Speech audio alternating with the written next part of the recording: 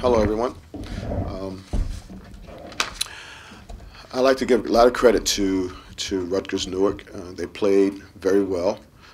Second half, they were quicker than we were. They ran their offense very well, and we were about a step behind, mostly because of what they did and how the pace they were running their offense at.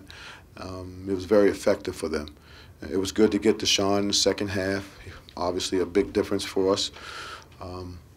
Mike Williams led the charge and doing a lot of grunt work that, if your offense isn't going great, then you do all the other parts of basketball and you stay unselfish. You work at defending harder, rebounding, getting loose balls, sprinting, screening, and then your offense will come. Perfect example tonight of how he led the charge, and we sort of it was sort of contagious.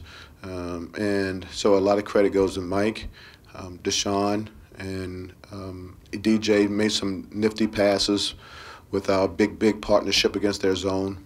And I thought our zone was pretty good and pretty effective. And what was the biggest difference between the first half, where it's back and forth, and then the second half, you guys are able to pull it Sometimes having another good player. I mean, Deshaun made a difference. And I thought, as I said about Mike Williams, I thought people his teammates saw that he was very effective doing the other things in the game. And, we didn't guard well enough. They did a good job of really getting the ball in the paint, drives, rolls, post-ups. So we've got to improve in that area. But, again, Deshaun was big in the second half. Mike made some shots. Justin Good played well, very solid. And we had the right pace for us. Our pace was going. And but again, it was our big partnership. DJ was good with Deshaun. So I was happy about that. What did you see from Jonathan Laurent in preseason to go to him as a starter in his first game? He was just the three-man that we sort of liked. He can run the floor. He can get to the basket very easily. He didn't have a good game tonight, but he showed a lot of good signs having that three-man package, driving to the basket, making jump shots from 12 to 16 feet, and playing some good defense. But the fact that the athleticism comes so easy to him, that we like what he did. And look, we're down Corey, we were down Deshaun, so maybe what you saw tonight wasn't our real true starters, because it's going to be some changes when Sunday comes.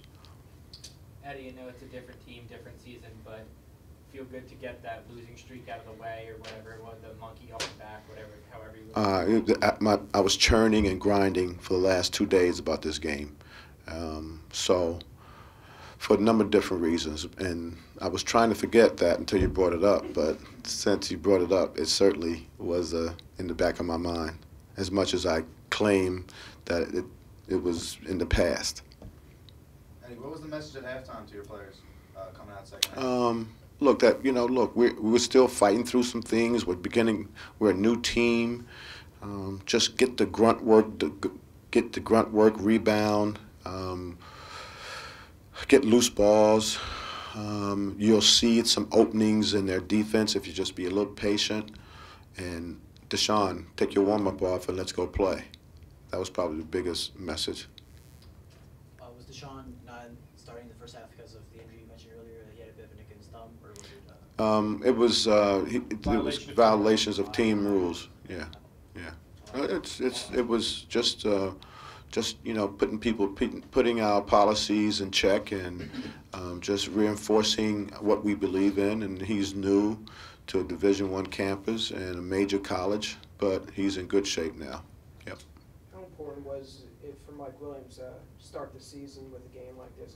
Well, you know what? He played like he practices, and it's a great thing. It's a great message, in practice. Just do everything you can do with great effort. Run the floor, get loose balls, defend your butt off. And he's been doing that, and all through preseason, he's made shots in abundance.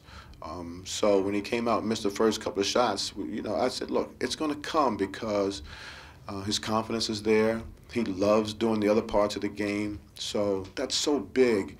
You can't just be concerned about, okay, I'm a shooter. My shot's not going down. Oh, my God, I'm not playing well. You got to play the other parts of the game. That's what basketball is about. This is not football. You just don't play offense and come out for defense. Play everything. And you have to embrace that. And that's what he does. And he does it every day in practice.